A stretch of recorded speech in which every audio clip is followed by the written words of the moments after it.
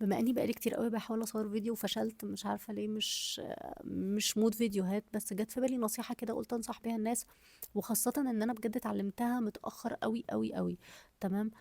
اهم حاجه وانت بتعين اي موظف في الشركه بتاعتك، عندك حاجتين يكونوا مهمين قوي موجودين فيه. اول حاجه الاتيتيود بتاعه. تاني حاجه ويلنج ان هو يتعلم. صدقوني الاكسبيرينس مش اهم حاجه، بس لازم يكون عايز يتعلم الحاجه دي. تاني حاجه الاتيتيود بتاعه. لو عايز يتعلم، لو انت حاولت تشرح له او اجتهدت معاه شويه ان انت تعلمه، بجد هيتعلم بسرعه قوي.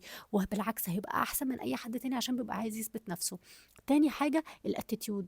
عشان يا جماعه في ناس لما بتبقى موجوده في انفايرومنت معينه بجد ممكن تلوثها، ممكن بجد ان هي تضايق الناس الباقيه. فلو الانفايرومنت كلها هيلسي والناس كلها بتتعامل مع بعض باحترام، انت نفسك مش هتضطر ان انت تتعامل بصوره مش كويسه، بالعكس انت هتتعامل دايما بالطريقه اللي تناسبك. تاني حاجه لو فجاه هيمشي، لو حصلت اي مشكله بيبان ساعتها قوي قوي الاتيتيود بتاع الناس والكور بتاعهم عامل ازاي. عشان كده دايما حافظ وانت بتعين اي حد يكون عندك الحاجتين دول، الاتيتيود كويس وويلنج ان هو يتعلم. عشان صدقوني لو مش ويلنج ان هو يتعلم مهما حاولت ومهما كافحت ان انت تعلمه، ولا هيتعلم اي حاجه. ولو الاتيتيود بتاعه مش كويس بجد هتنتهي الشغل بتاعه هينتهي بمأساة بمأساة بجد. مستنيين التبس الجاي.